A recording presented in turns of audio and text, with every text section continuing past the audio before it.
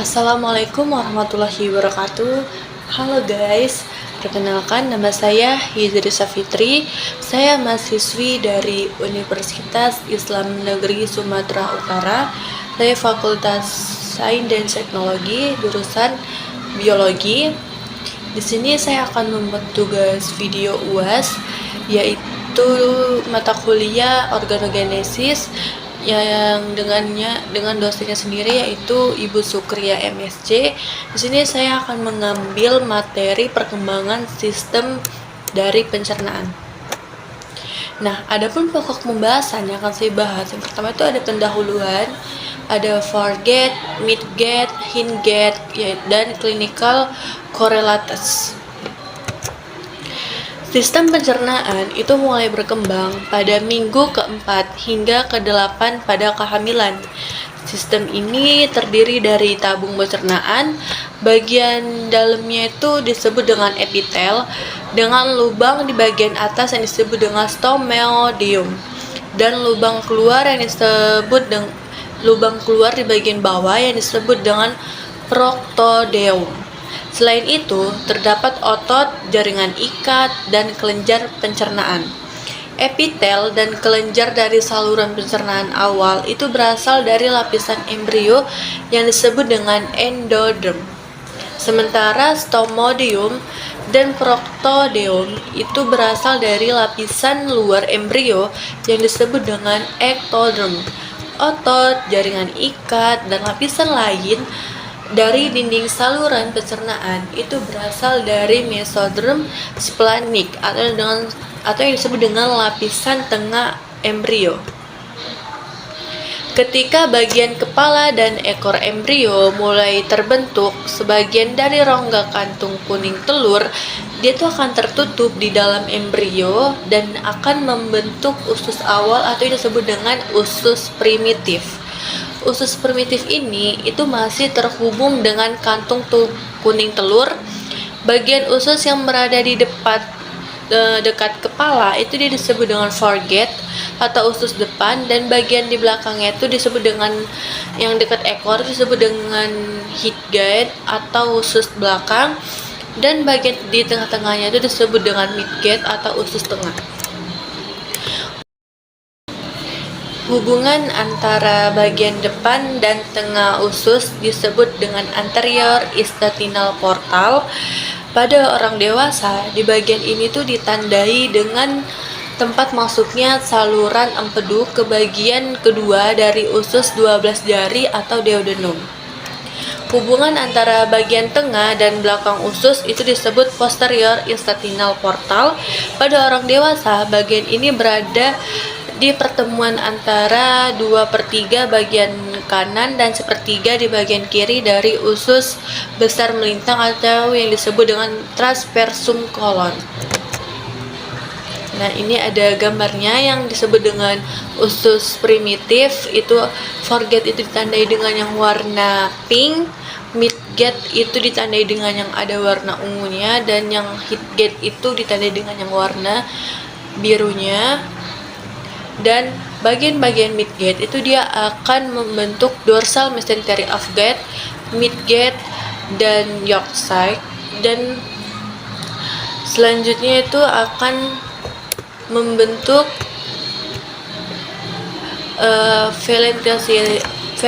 vitellointestinal duct. Usus depan atau foregate berada di lipatan kepala embrio. Di bagian kepala atau kranial, foregate terpisah dari stomodeum atau calon mulut oleh membran yang dinamakan bucofaring. Usus belakang atau hindgate itu berada di lipatan ekor embrio di bagian belakang atau caudal. Hindgate itu terpisah dari proctodeum atau calon anus oleh membran kloaka. Pada tahap perkembangan selanjutnya, membran bucofaring dan kloaka itu akan menghilang sehingga foregate dan hindgate itu akan terhubung langsung dengan stomodeum dan proctodeum. Dengan demikian, saluran pencernaan bisa berhubungan dengan bagian luar tubuh.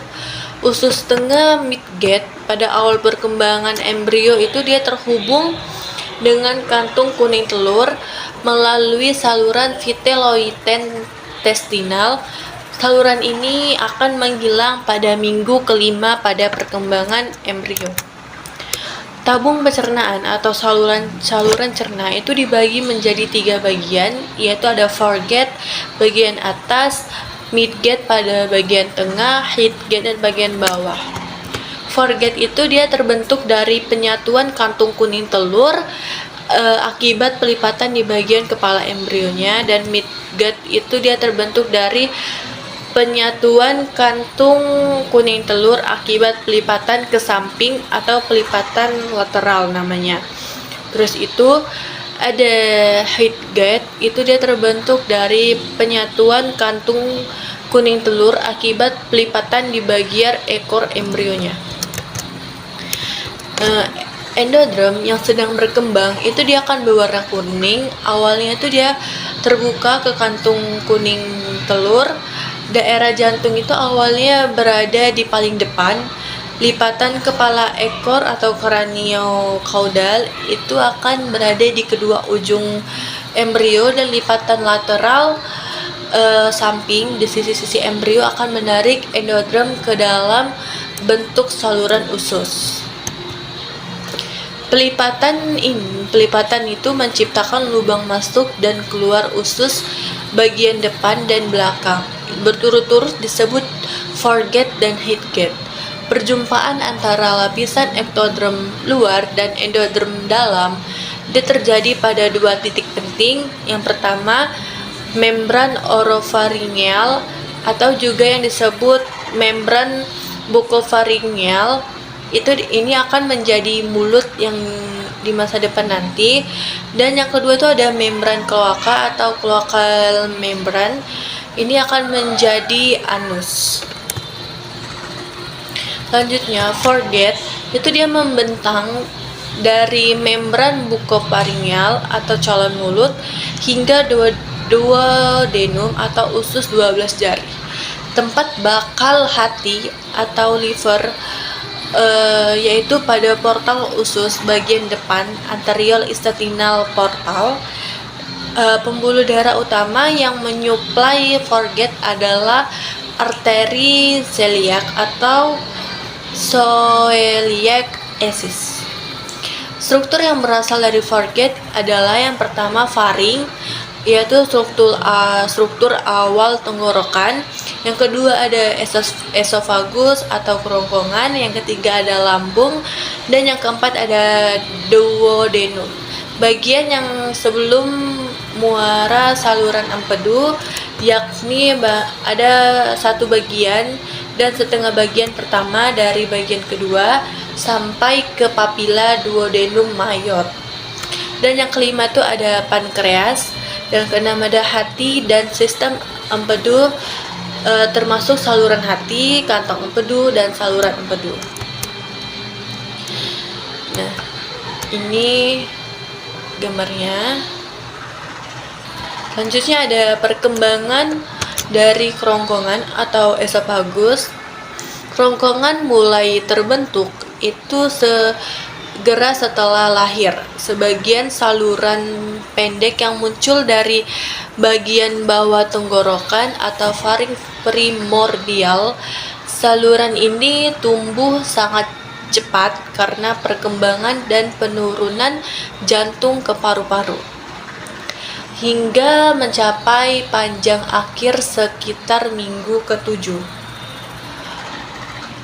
Lapisan dalam kerongkongan yang berasal dari endodrem awalnya itu akan berkembang biak dan untuk sementara waktu mengisi penuh atau sebagian saluran tersebut.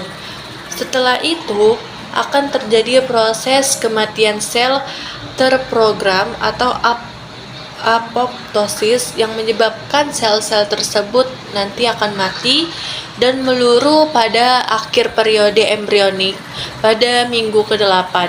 Dengan begitu, pada minggu ke-9, saluran kerongkongan akan terbuka kembali. Jika terjadi kesalahan dalam proses pembukaan kembali ini di sepanjang saluran, itu bisa mengakibatkan penyempitan stenosis atau bahkan penyumbatan total pada kerongkongan. Otot lurik yang berada di sepertiga bagian atas kerongkongan itu berkembang dari mesenkim atau jaringan embrionik di lekung faring bagian bawah, sedangkan otot polos di bagian bawah kerongkongan berkembang dari mesoderm splanchnic atau lapisan tengah jaringan embrionik yang membentuk organ dalam. Nih, bisa dilihat pada gambarnya. Embriologi terapan atau kelainan kongenital pada esofagus. Yang pertama tuh ada atresia esofagus 1:3000 per 1:4500 atau sekitar 1/3 kelahiran itu prematur. Umumnya berhubungan dengan fistula tracheoesophagus. Penyebab pertama yaitu deviasi septum tracheoesophagus ke arah posterior. Yang kedua, kegagalan rekanalisasi esofagus pada minggu ke-8 mengakibatkan polyhydramnion. Yang B itu ada stenosis esofagus distal sepertiga esofagus. Itu penyebabnya yang pertama kegagalan rekanalisasi, yang kedua kegagalan pembuluh darah untuk berkembang yang menyebabkan atrofi segmen yang terkena. Yang ketiga yang C itu ada esofagus pendek, karena kegagalan esofagus untuk memanjang itu mengakibatkan hernia hiatus kongenital. Ini bisa dilihat kelainannya pada gambar yang sudah saya lampirkan. Selanjutnya ada perkembangan lambung. Awalnya lambung itu muncul sebagai pelebaran berbentuk gelondong dari saluran pencernaan ke kerongkongan pada minggu ke-4 kehamilan dengan dua sisi yaitu ventral dan dorsal. Kemudian lambung itu dia membesar ke arah depan dan belakang dengan batas dorsal tumbuh lebih cepat daripada batas ventral.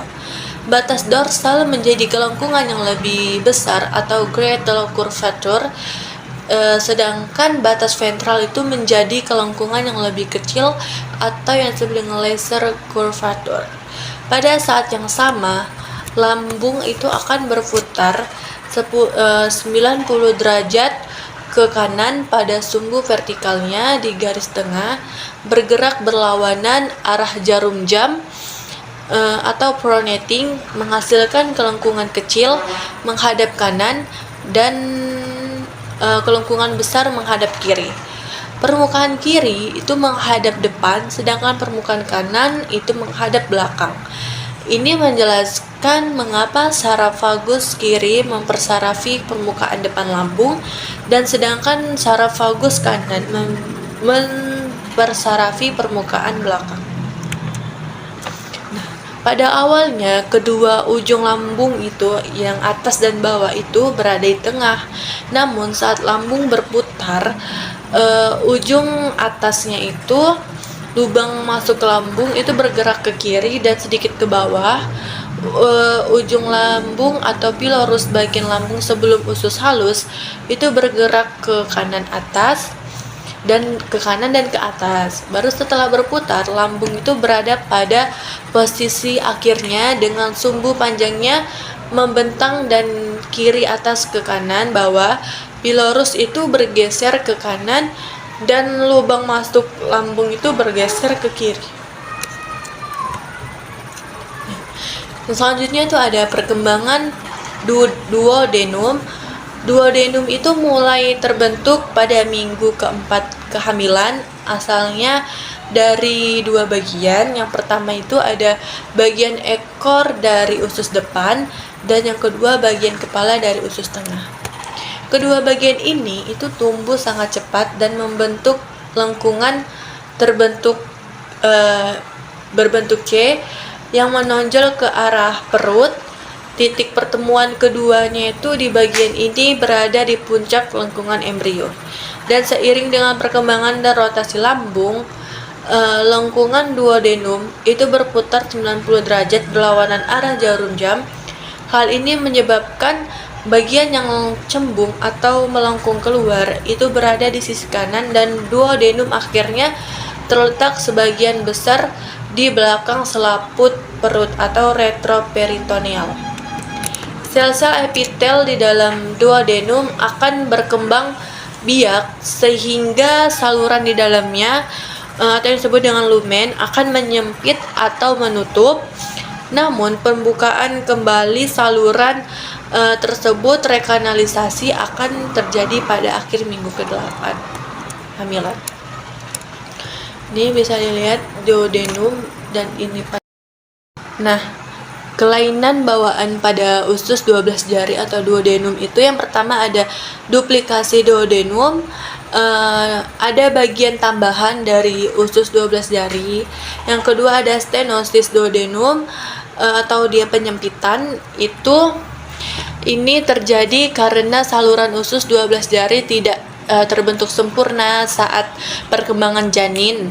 Biasanya terjadi di bagian ketiga atau keempat dari usus 12 jari. Selanjutnya ada diverticula duodenum, ada kantung kecil yang menonjol dari dinding usus 12 jari ini yang disebabkan oleh sisa saluran kuning telur yang tidak menghilang sempurna. Selanjutnya itu ada midgut. Sekitar minggu kelima perkembangan usus tengah itu seperti lengkungan sederhana yang digantung dari bagian belakang dinding perut oleh suatu jaringan yang memanjang. Usus tengah ini terhubung ke arah depan dengan kantung kuning telur melalui saluran vitelin. Arteri utama yang memasok darah ke usus tengah adalah arteri mesenterica superior.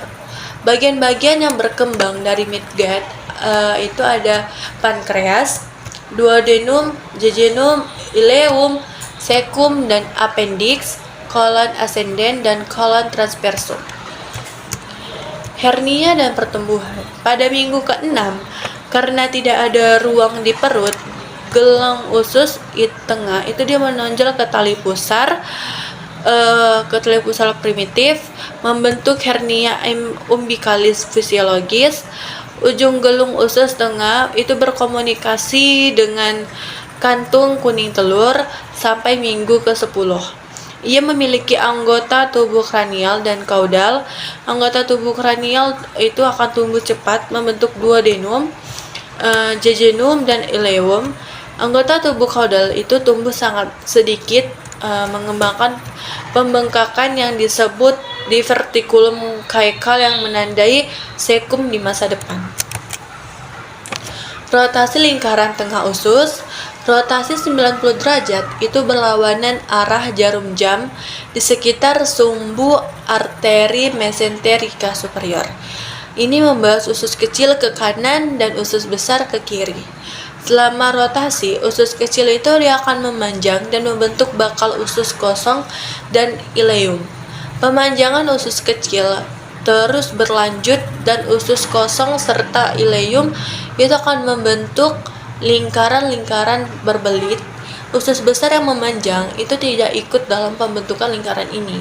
Pengembalian lingkaran tengah usus yang pertama itu ada pengembalian ke dalam perut terjadi pada minggu ke-12 mengakibatkan berkurangnya hernia umbilicalis, dan rotasi tambahan mengakibatkan berkurangnya 180 derajat berlawanan arah jarum jam.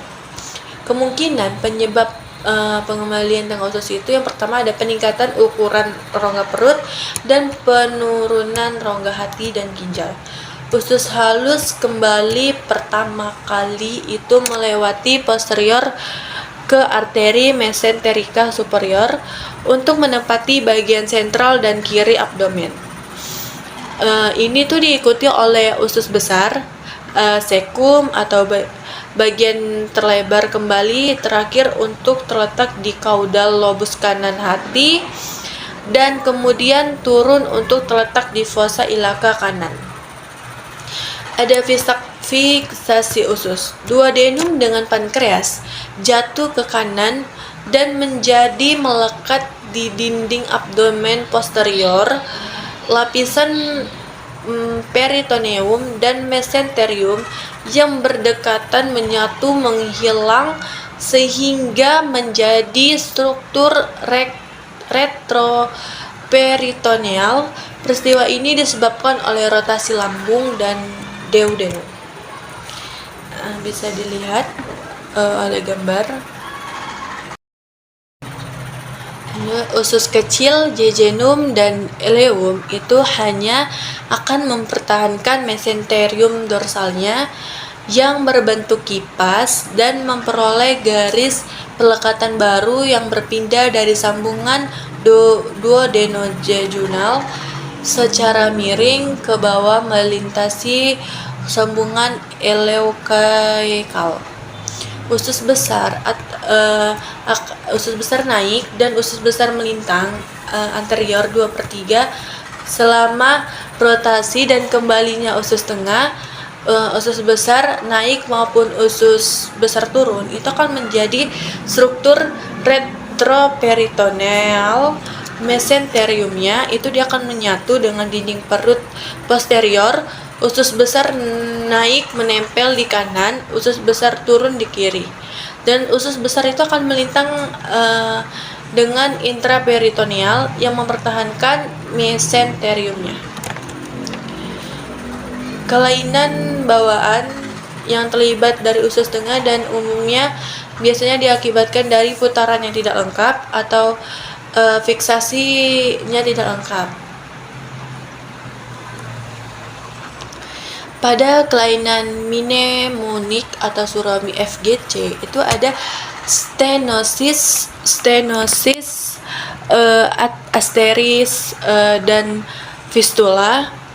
Ini adalah kondisi di mana ada penyempitan pada stenosisnya, penutupan estria atau lubang abnormal fistula pada usus. Yang kedua ada hernia umbilicalis, itu tonjolan di sekitar pusar. Hernia umbilicalis kongenital itu hernia umbilicalis yang sudah ada sejak lahir dan tertutup oleh kulit. Selanjutnya ada rotasi usus, itu usus tidak berputar dengan benar saat berkembang, bisa berupa tidak ada putaran sama sekali, putaran terbalik, atau putaran campur. Bisa dilihat pada gambar ini, dia kelainan pada usus. Pada kelainan yang ini itu pada bagian A-nya itu non rotasinya itu gulungan usus kecil itu terletak di bagian kanan perut, dan usus besar itu di bagian kiri. Sedangkan pada bagian B-nya itu rotasinya itu terbalik. Duodenum terletak di anterior atau bagian depan, dan arterinya itu mesenterika superior, dan usus besarnya itu menyilang di belakangnya. Nah, pankreas itu muncul sebagai dua tunas, yaitu dorsal dan ventral, dari bagian kaudal daerah usus depan yang berkembang menjadi duodenum. Tunas-tunas ini akan tumbuh di dalam mesenterium dorsal dan ventral secara berurutan. Tunas dorsal itu lebih besar, tampak pertama dan terletak kranial dari tunas ventral yang lebih kecil. Rotasi lambung dan duodenum itu akan membawa tunas ventral secara dorsal di sepanjang ductus biliaris umum. Tunas ventral itu akan datang untuk terletak posterior ke tunas dorsal, dan kemudian itu akan menyatu dengan ductusnya beranastomosis. Ductus dari tunas ventral dan bagian distal dari ductus tunas dorsal itu akan membentuk ductus pancreaticus utama yang membuka di papilla duodenal mayor. Bagian proksimal dari ductus tunas dorsal dapat menetap sebagai ductus pancreaticus accessory yang membuka secara terpisah di papilla duodenal minor. Tunas dorsal itu akan membentuk sebagian besar pankreas. Tunas ventral itu akan memberikan asal pada processus uncinatus dan bagian dari kepala pankreas. Akhirnya pankreas itu terletak retroperitoneal secara horizontal dan menempel pada dinding perut posterior. Perhatikan bahwa rotasi duodenum itu akan menyatukan pankreas ventral dan dorsal, dan penyimpangan dalam proses ini itu dapat mengakibatkan pankreas anular yang dapat menyempitkan duodenum. Dan juga karena pankreas dorsal dan ventral itu muncul melalui mekanisme yang berbeda, ada kemungkinan salah satu atau yang lainnya tidak ada pada orang dewasa. Bisa dilihat ya pada gambarnya. Adapun kelainan pankreas itu dia pertama pankreas heterotopik. Itu dia berarti ada potongan kecil jaringan pankreas yang tumbuh di tempat yang tidak seharusnya, seperti di lambung, usus belas jari, dan kantung Meckel. Selanjutnya itu ada pankreas anular. Itu dia terjadi ketika pankreas itu membentuk cincin di sekitar usus 12 jari, bisa menyebabkan penyumbatan. Kondisi ini jarang terjadi dan sedikit lebih sering pada pria. Yang selanjutnya itu ada diverticulum Meckel. Ini adalah kantung kecil yang menonjol dari dinding usus halus, biasanya itu di bagian ileum, yang merupakan sisa dari struktur yang ada saat kita masih di dalam kandungan. Kondisi ini terjadi pada sekitar 2% populasi. Biasanya panjangnya sekitar 2 inci atau sekitar 5 cm. Oke, selanjutnya itu ada perkembangan hati.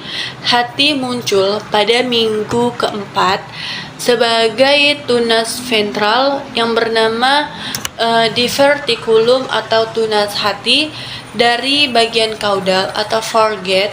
Tunas tersebut itu tumbuh ke dalam septum transversum yang membentuk mesenterium ventral di daerah ini.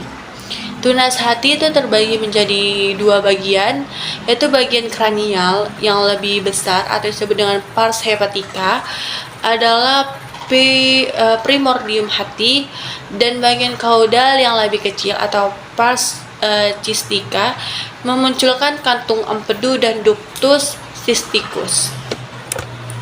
Asal-usul struktur hati itu yang pertama ada korda hepatica atau hepatosit dan lapisan epitel sistem biliar intrahepatik berasal dari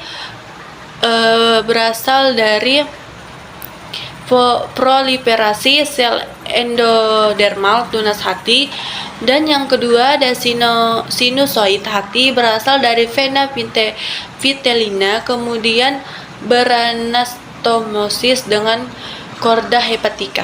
Yang ketiga ada sel cover dan jaringan ikat berasal dari mesenkim septum transversum. Hati tumbuh cepat pada minggu ke-5 sampai 10 dan mengisi sebagian besar rongga perut.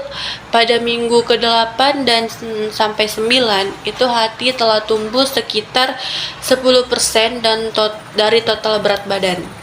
Pembentukan darahnya itu dimulai pada minggu ke-6, memberikan warna gelap pada hati dan akan menyumbang sebagian besar ukuran hati pada minggu ke-8.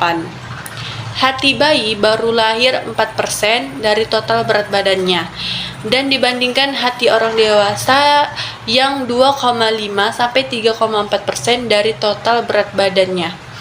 Sel-sel hati itu mulai membentuk empedu pada minggu ke-12 sampai 13. Hati terbagi menjadi dua bagian yang sama besar. Awalnya lobus kanan dan lobus kiri berukuran sama, tetapi lobus kanan itu dia tumbuh lebih besar.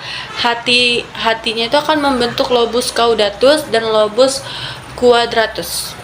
Pada hati definitif, lobus caudatus dan quadratus itu diklasifikasikan sebagai lobus kanan, tetapi secara embriologi merupakan bagian dari lobus kiri. Bisa dilihat bagiannya itu ada septum transversum bagian hati. Yang tadi itu yang bagian kanan ada pars hepatica yang besar dan pars cistica yang kecil. Nah, bagian bulat dari pars kistik itu dia membentuk kantong empedu, sementara tangkainya membentuk ductus cysticus. Saluran yang menghubungkan ductus hepatik dan cysticus adalah ductus biliaris, yang awalnya menempel pada aspek ventral duodenum, tetapi seiring duodenumnya berputar, pintu masuk ductus biliaris itu terbawa ke aspek dorsal duodenum. Ductus tersebut awalnya tersumbat, tetapi kemudian direkanalisa atau terbuka kembali. Pada minggu ke-13 dan ke-14, pigmen empedunya itu masuk ke duodenum, memberikan warna hijau gelap pada isinya yang disebut dengan meconium.